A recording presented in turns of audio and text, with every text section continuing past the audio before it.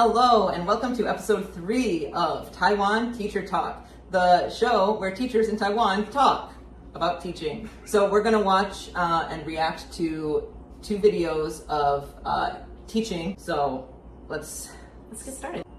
I think that's a good way to start a lesson. Absolutely. You show, and again, there's a visual too. You show what is going to be learned in this lesson, and then she's opening it up for discussion and brainstorming, which I always like to do. It gets you. And you could just even tell from like the environment that she has in their class that everybody's sitting nicely. Some kids are sitting casually, and that's nice. They're relaxed. But they're paying attention. And there's a norm of when she asks a question, they raise their hand.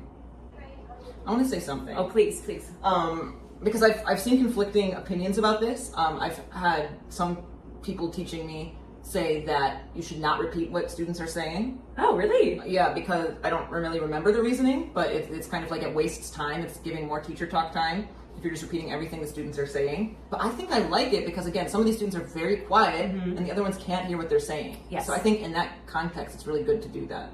Yeah, I think it just depends on the situation. I really like repeating because maybe my student says a sentence and it's not grammatically correct. Sure. And then repeating it back in a correct form. I think that is beneficial. I would wait for everyone to finish taking out their stuff. Yeah, I like to wait for all the materials to be ready so then the kids are not rushing. That the focus is on the teacher. Like, before I do any kind of book work or like I wait for everybody to be ready on the same page, and then when they find the page, they take their crayon or whatever and they put it on their head like they're a unicorn, and then once everybody's a unicorn, then we start. I can see they're starting to get restless. Then you need to change up the activity.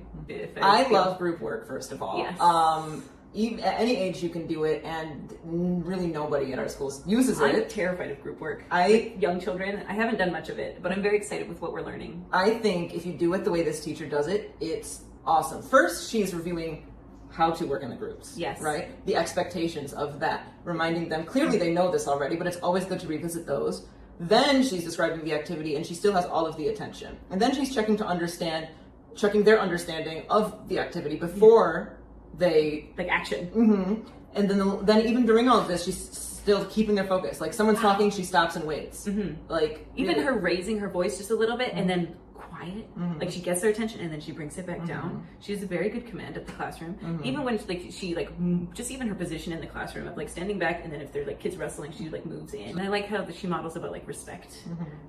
Yeah, no bosses. That's a very good. I love the way she explained that there shouldn't be a boss because that's a problem. But unless they choose one, and everybody agrees, that is so cool. It's so cool. Like give them the choice, that freedom. So everything about this. I was worried at first when she started handing out papers and didn't explain the game at first. Yes. I'm like, but it seems like they are familiar with that. Because generally, that's always my thing, and what I learned as best practice is you explain first and then hand out. Yeah. But again, if you have a teacher like this who has such good command of the classroom, she can easily train them to like, okay, I'm handing it to you, don't touch it, right? Yeah. Like, so again, like it's not as much of a problem as I was also like, uh-oh. Right. And they're not touching it, they're not distracted. Okay, I am seeing some kids get distracted with the papers.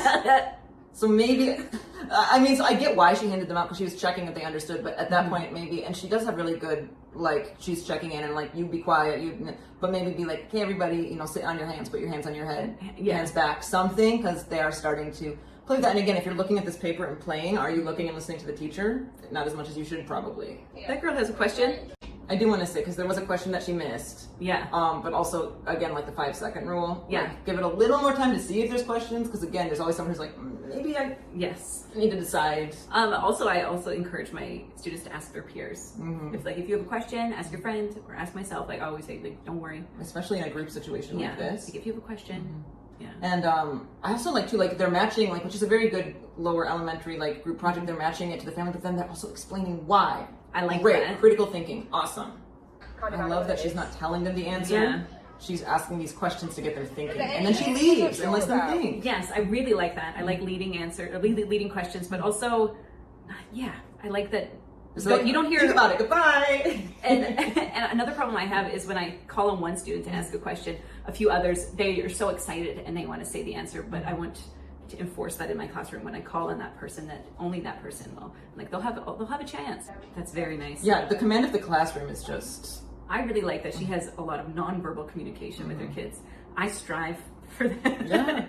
Well, no, because it's when, like, if somebody were to come into the classroom, kind of like we are, and you'd say, like, wow, they're all behaved, but she's not even telling them to be. It's like, no, because her attitude. All right. right. video. Second video online. I like that it's about music. We both love music. I love music. Is the day that Kids all together. Something about this is jarring to me, and I can't articulate it. I think it's because the kids are all together, and I think that's a completely different dynamic that has never even occurred to me. Yes. Because if you are alone in a place, having class with everyone else is alone in a place, like I get that. But if you are alone in a place and all the kids are together, it's almost like you're teaching in person. There definitely needs to be a teacher on the other end helping manage those kids. I don't know. So I just needed a moment to like digest. What's this? Yeah. about pitch and about sound. Something. Okay? About sound. Okay? Oh, I think it's just like that. Oh, it's a lag. This is fun. Za, za, Okay. za. Okay, here's the warm up. So this is maybe a singing class, a music class.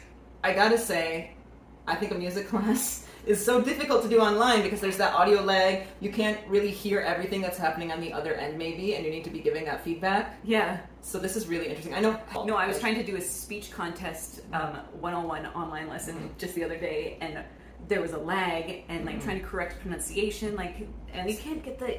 So that's something you definitely have to keep in mind and get ready to experience, to adjust with, tip my and hat deal to with. this man. Yeah, because a music class. Oof, let's see. Pre-K too. Yeah.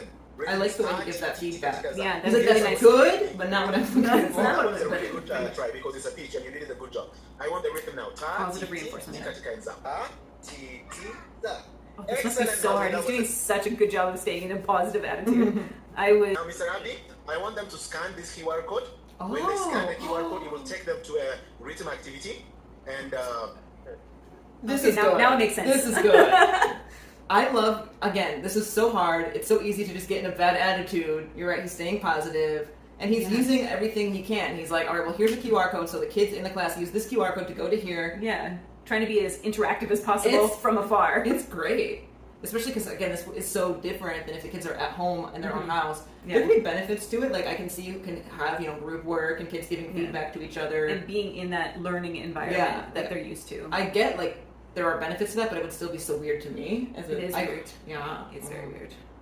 See, working together. Yeah. Trying to do group work. I see people clap your hand. We have Behavior 1 minute to management, finish this though. activity. Wow, from Would afar. be difficult. Make sure you use your hand. Wow. Every kid has an iPad. This is so cool. Again, using technology, there's so many options. Yeah. Still monitoring the activity. To the best of his ability. And it seems like there is someone there for that behavior aspect in that classroom. Can we really write and read music? Yes. What do you think? Can we really write This is so music engaging that and we're like read music? participating in the class. Like, yes, you can, teacher. Teach me. Let's write a song together. I love his positive reinforcement moment of little clapping his hands. Yeah, this is great. I'm engaged. I'm very good. I'm like, I want to be in this class. Yeah. I love his enthusiasm. He is so enthusiastic. He's getting me excited. I'm like, pick me. How do you know? I love that. Yeah, he's asked a few leading questions. I really liked that. I liked how the warm up included there was pitch warm up, and then there was a rhythm warm up, and then there was a rhythm activity, and then he brought it all together. I'm seeing now too that they only know these 4 notes right now, but again, they feel like they know so much. Yeah, there's so many layers going on. Okay. My only question here is he has 3 QR codes, which is great for differentiation, but how can you make sure the kids scan the correct QR code? I'm guessing the assisting teacher helps. Oh, that's right. So the top So you have to teacher- collaborate really well with this other teacher in your classroom. You can see that he's actively watching. Yeah, he's not contributing to it. just scrolling on his phone. I love how he has his whole lesson plan timed out. Again, it is hard for the classroom management, but they are super not paying attention to him. They are. Well, I mean, it's nearing the end of the class. I get it. And they're restless, and they were just moving around. But I imagine that there could be a hey guys, or a call and response moment. anything. I love. Okay, so again, this comes down to teaching preference. I think more than what you should or shouldn't do. But I love that first he exposes them to the whole thing, and he lets them know kind of where they're going. I like to do that when I teach reading. First, I'm like, just listen. I'm going to read you this story. And then we'll start to slowly be able to read the build story. on it, not just jump right But in. first, I'm like, just listen to me. This must be so difficult being away. I know the checking for understanding and checking for knowledge would be tricky. But he is trying to listen to them, I see. Cool. Really, I'm surprised, pleasantly surprised, by actually all of the online videos we've had to watch. Yeah. I really like how encouraging he was. He had everything well thought out and timed. He had individual, but also group work. He let them go away and come back for the move. Yeah. I I just realized, like, I appreciate how difficult it must be to teach that way, especially, again, it's kind of like one way of planning if everyone's alone, and it's a different thing to be all physical, but if, like, they're all there and you're not, like, it's completely different. And so I appreciate how difficult that must be, and frustrating, too, when he kept that attitude. So. Yeah, no, he was very positive. Great. Well, that was Taiwan Teacher Talk, episode 3? Yeah. 3! I'm Giovanna. We didn't do that in the beginning. Nope, that's I'm Chris. And see you next time. Bye. Bye.